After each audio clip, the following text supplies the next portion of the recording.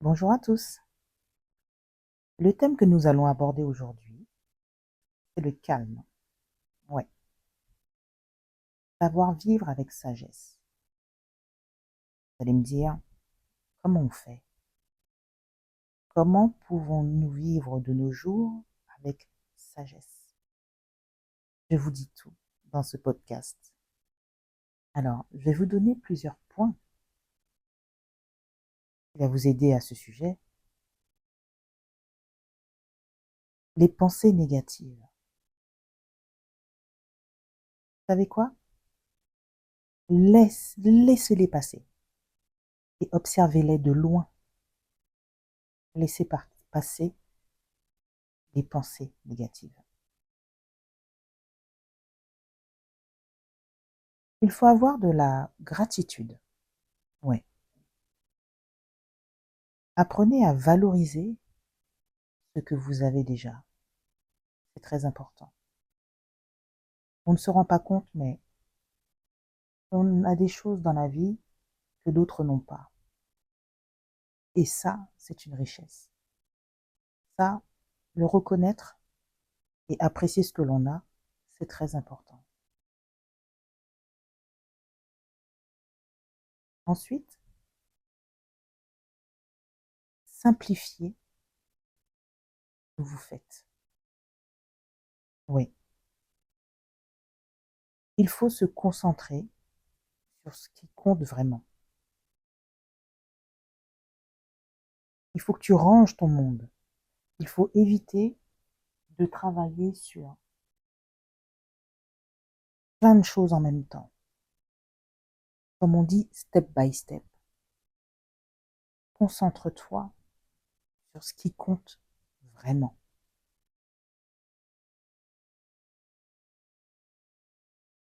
Il faut aussi que tu apprennes à poser des limites. Ouais. Il faut apprendre et savoir dire non. Car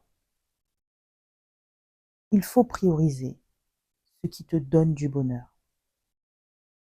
Si tu n'as pas envie de faire quelque chose et que tu le fais, te contrarie. Et un corps contrarié développe des difficultés à se retrouver, développe des angoisses, même parfois des maladies. Donc, dis non quand il faut dire non et dis oui si ça te tient à cœur et que tu as envie de dire oui.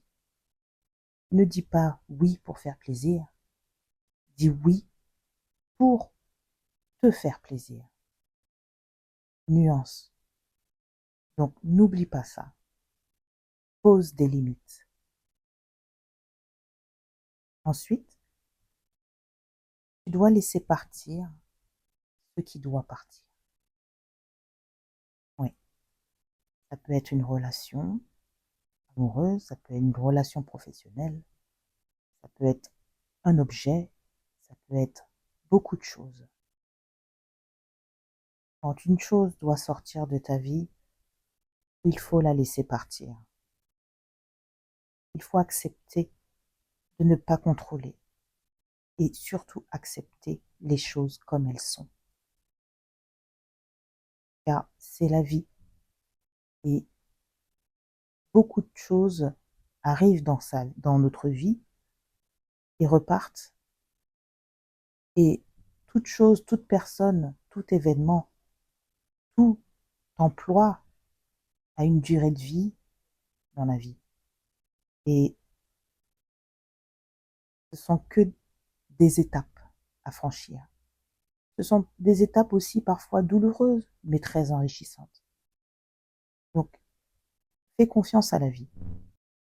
Donc, laisse partir ce qui doit partir. C'est important. Ensuite, il ne faut rien attendre en retour. Oui. C'est te libérer de l'angoisse et de la déception.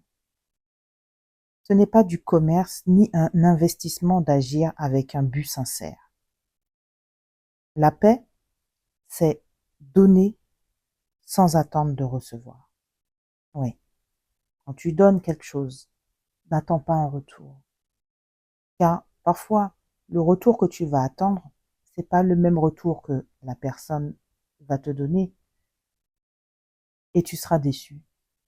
Et pourtant, la personne en face t'a fait un retour, mais c'est pas ce retour-là que tu attendais. Donc, il ne sert à rien, et ça ne sert à rien d'attendre en retour. Si tu fais quelque chose, fais-le de bon cœur et parce que tu as envie de le faire. Et parce que ça te nourrit et parce que ça t'enrichit.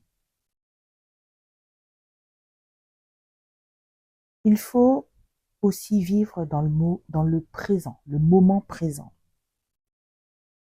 Le passé est fini. Il ne peut plus être changé. Le futur, lui, il n'existe pas. Mais il te promet tout sans que cela se réalise. Fou, hein? Alors, concentre-toi sur ce que tu peux contrôler au présent. C'est ton présent qui est important. Tous les événements qui arrivent aujourd'hui à la minute, c'est ces événements-là que tu dois gérer, que tu dois apprécier, que tu dois peut-être subir, mais que tu dois prendre conscience. Ce n'est pas les événements que tu supposes qui vont arriver, ce ne sont pas les éléments passés. Non, concentre-toi sur tout ce qui se passe dans ton présent. Profite de cet instant, car on ne sait pas si on se réveillera le lendemain matin. On ne sait pas si dans la minute qui suit, tu vas faire un malaise. On ne sait pas si dans les moments qui vont suivre, un événement fait que tu ne pourras pas faire des événements dans le futur. Donc, profite de ce que tu as sur le moment. Profite de ce que tu peux faire sur le moment pour ta vie et pour qu'elle soit belle et pour que tu sois heureux et épanoui. Je conseille aussi la méditation ou la relaxation, ou les deux. Pas besoin de fuir pour trouver la paix. Toi seul, tu peux t'isoler. Et il y a plusieurs moyens. Si tu n'es pas adepte du yoga, ou il y a plusieurs moyens de s'isoler. Il y a le sport, il y a la musique, il y a la danse, il y a le dessin, il y a l'écriture, il y a les promenades en nature, il y a s'asseoir au bord d'un fleuve et admirer l'eau qui coule. Il y a plein d'endroits où tu peux te détendre et faire le vide. C'est très important. Se reconnecter à soi, c'est très important. Ensuite, bien sûr, il faut se détendre, comme je disais, se nourrir d'une alimentation saine, faire de l'exercice et surtout le sommeil est ton meilleur allié. Oui, bien dormir est ton meilleur allié pour récupérer, pour que ton inconscient puisse continuer à travailler.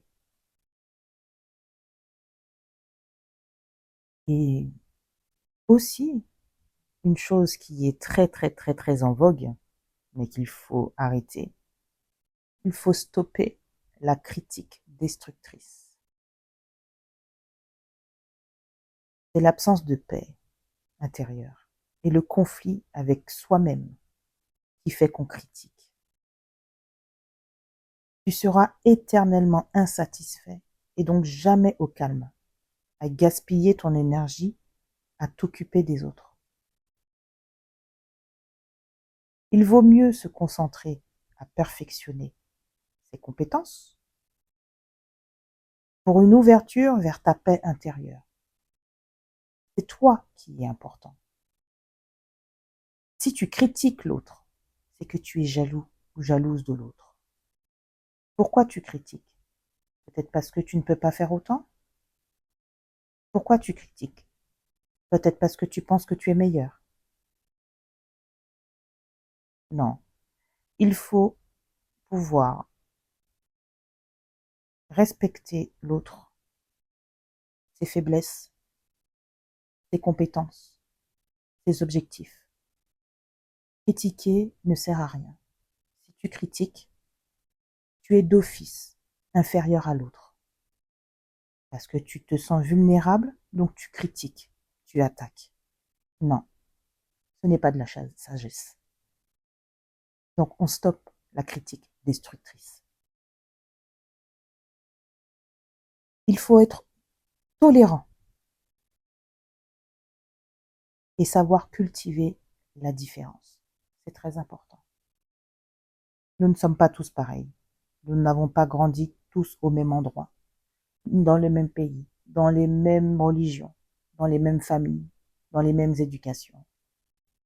Chaque être est différent.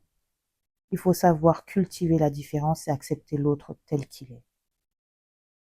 Tel qu'il est. Parce que de toute façon, la vie mettra sur ta route des personnes qui sont là pour te faire travailler, qui sont là pour t'accompagner, qui sont là aussi pour te rendre heureux, pour te faire vibrer, pour pouvoir partager des moments de fou. Mais il faut savoir cultiver la différence, même avec les personnes que tu n'apprécies pas, même avec les personnes avec qui on ne matche pas.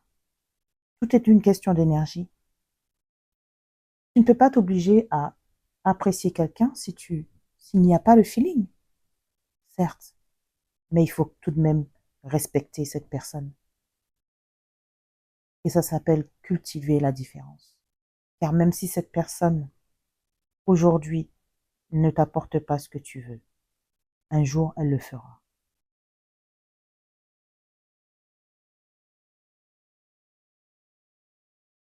Il faut aussi que tu apprennes à te concentrer sur tes besoins.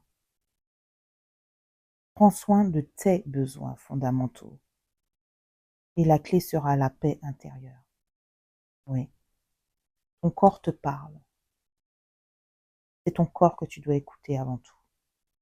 Certes, nous recevons de l'éducation, nous recevons des ordres, nous devons suivre des lois, nous devons respecter des règlements intérieurs, nous devons respecter une hiérarchie. Mais il faut savoir que la première personne à respecter, c'est soi. Si ton corps te dit non, c'est non. Si ton corps n'a pas envie, il n'a pas envie. Tu sens que tu as envie de faire quelque chose et qu'on t'empêche de le faire. Fais-le. Si tu sens que quelque chose est bien pour toi, que tu as une conviction, que tu as défini par A plus B que c'est pas dangereux pour toi, fais-le. Les personnes qui vont te donner des conseils, ils vont donner des conseils peut-être de bon sens, mais qui sont propres à leur vécu et à leur vie et à leur peur. Tu peux entendre, mais c'est toi seul le juge de ce que tu dois faire. Souvent, on écoute pour pouvoir avoir des conseils, mais on a déjà la réponse avant tout. On recherche des conseils pour être sûr de ne pas faire une bêtise. Mais pourquoi ne fais-tu pas confiance à ta première idée que tu as déjà en tête? Mais du coup, la peur d'échouer ou la peur d'avoir mal ou de ne pas réussir revient. L'ego revient pour te protéger. Mais tu as déjà l'idée en tête. Mais d'office, nous cherchons à avoir un soutien moral ou peut-être plusieurs choix. Non. Le premier choix, tu l'as eu en ayant l'idée, en ayant eu le projet. Et quelles que soient les embûches, ne lâche pas. La vie est difficile, oui. Il n'y aura jamais de route lisse, c'est impossible. Même quand elle est neuve, elle n'est pas lisse, la route. Donc, écoute-toi, sois sûr de tes convictions et avance. Et surtout, réponds à tes besoins. Dans un couple, c'est pareil.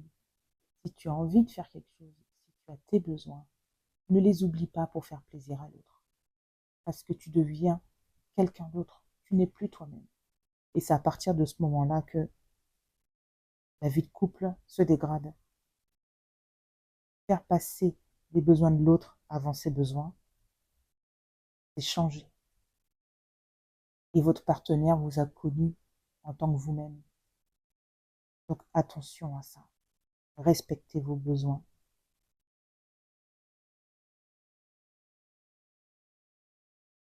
On va parler de ton chez-toi. Choisis-le. Oui, choisis ton domicile. Ou change-le pour te sentir bien si ça ne va pas. Ton domicile, ton QG, si tu ne te sens pas bien, change. Je sais, ça peut être difficile parce que tu peux être propriétaire, ou alors c'est compliqué avec les loyers, mais c'est la base. Si tu ne te sens pas bien chez toi, il faut faire en sorte d'être bien chez toi. Réaménage, fais de la déco, fais quelque chose.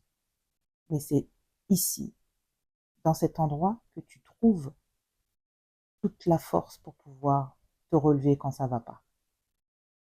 Donc, fais en sorte que ton chez-toi soit toi. Parlons ensuite de la nourriture. Oui, comme je disais, elle doit être saine pour que ton corps ne lutte plus face à ce qui ne va pas avec lui. Quand on dit que tout ce qui est bon n'est pas bon, c'est un peu la vérité. Ouais, tout ce qui est bon, c'est bon, oui, peut-être pour le mental, peut-être pour les papilles, mais ça agresse le corps aussi. Voilà. On va prendre l'exemple des bonbons, tout simplement. Tout ce qui est bon, c'est pas bon. Les bonbons, c'est bon pour se faire un petit plaisir, un petit coup de cœur, une petite couche sucrée. Mais il ne faut pas dire ça. C'est avec modération, parce que ça devient un poison si on en prend trop. Source de diabète, prise de poids, voilà. Donc, il faut faire attention à son alimentation. Ah, on va parler des relations. Oui, les relations. Choisis-les bien. Sois en contact avec qui t'apporte du bon. Oui, ça suffit les relations toxiques. Sois uniquement en contact avec les personnes qui te font du bien. Coupe les liens avec celles qui te tirent vers le bas. C'est important. Parfois, on est attiré par les personnes qui nous font du mal. On est attiré par les personnes qui nous tirent vers le bas. Pourquoi? Parce qu'on essaye de comprendre. Non, stop. Il n'y a plus à comprendre. Tu ne te sens pas bien avec quelqu'un, coupe les liens. Coupe les liens. Ça veut dire que cette personne-là te puise te puise ton énergie. Donc, coupe les liens. C'est très important. Si tu ne te sens pas bien avec une personne, prends tes distances. Coupe les liens. Sans rejeter, sans quoi que ce soit, sans. Tu peux continuer à dire bonjour et tout, mais limite vraiment la relation avec cette personne. Tu as autre chose à faire. Tu as ton temps de vie qui est là pour toi. Pas pour essuyer les plâtres, pas pour se battre contre des personnes qui ne vont pas dans ton sens ou qui ne t'apportent pas de plaisir. Donc, apprends à couper les liens quand il faut. Parfois, c'est difficile, mais couper les liens avec quelque chose qui ne va pas ouvre directement la porte à quelque chose d'extraordinaire derrière. Donc, laisse la place aux personnes qui sont là pour toi et coupe les liens avec les personnes qui ne t'apportent pas du bon. Il y a quelque chose aussi que je voudrais dire, euh, c'est surtout qui me tient à cœur, c'est de profiter du moment présent. Ouais. Parce que Dans un processus, on pense souvent à la finalité. On va toujours vouloir faire quelque chose en pensant au résultat qui va venir. Est-ce que je vais réussir? Est-ce que je vais pas réussir? On s'en moque pour l'instant. Là, il faut que tu te concentres sur le moment présent. Profite du moment présent, du processus présent, parce que c'est toi qui fais le résultat. C'est de la manière que le processus sera réalisé qui va faire le résultat. Donc, prends conscience de ça. Il n'y a pas de résultat si ton processus est bâclé. Donc, il faut absolument prendre le temps de comprendre que c'est maintenant que tout se fait. C'est maintenant que tu dois agir. Voilà. Prochain point, les imperfections. Il faut accepter ces imperfections. Ça fait partie de toi. Personne n'est parfait. La perfection n'existe pas. Même si sur les réseaux, dans les magazines, on vous fait croire l'inverse, non. La perfection n'existe pas. Ne lutte pas pour être à la perfection.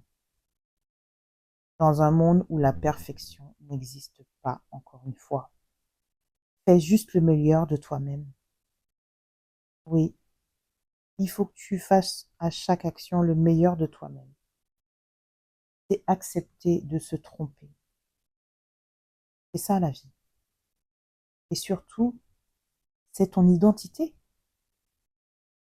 Si tu, si tu fais à chaque fois le meilleur de toi-même, tu n'as pas de regrets. Tu sais que tu as tout donné, avec le sourire et avec le bonheur. Donc, même si tu te trompes, accepte-le. Tu ne te tromperas plus ensuite, parce que tu auras compris et tu auras grandi grâce à l'erreur que tu as commise. Donc, ne laisse pas passer les bons moments au lieu de rester focus sur le parfait, car le parfait n'existe pas. Voilà. Donc, rigole, amuse-toi et surtout, surtout, surtout, profite calmement de ta vie imparfaite. J'ai bien dit imparfaite. Je te souhaite une bonne journée si tu écoutes mon podcast en journée ou alors bonne soirée si tu l'écoutes en soirée. À bientôt!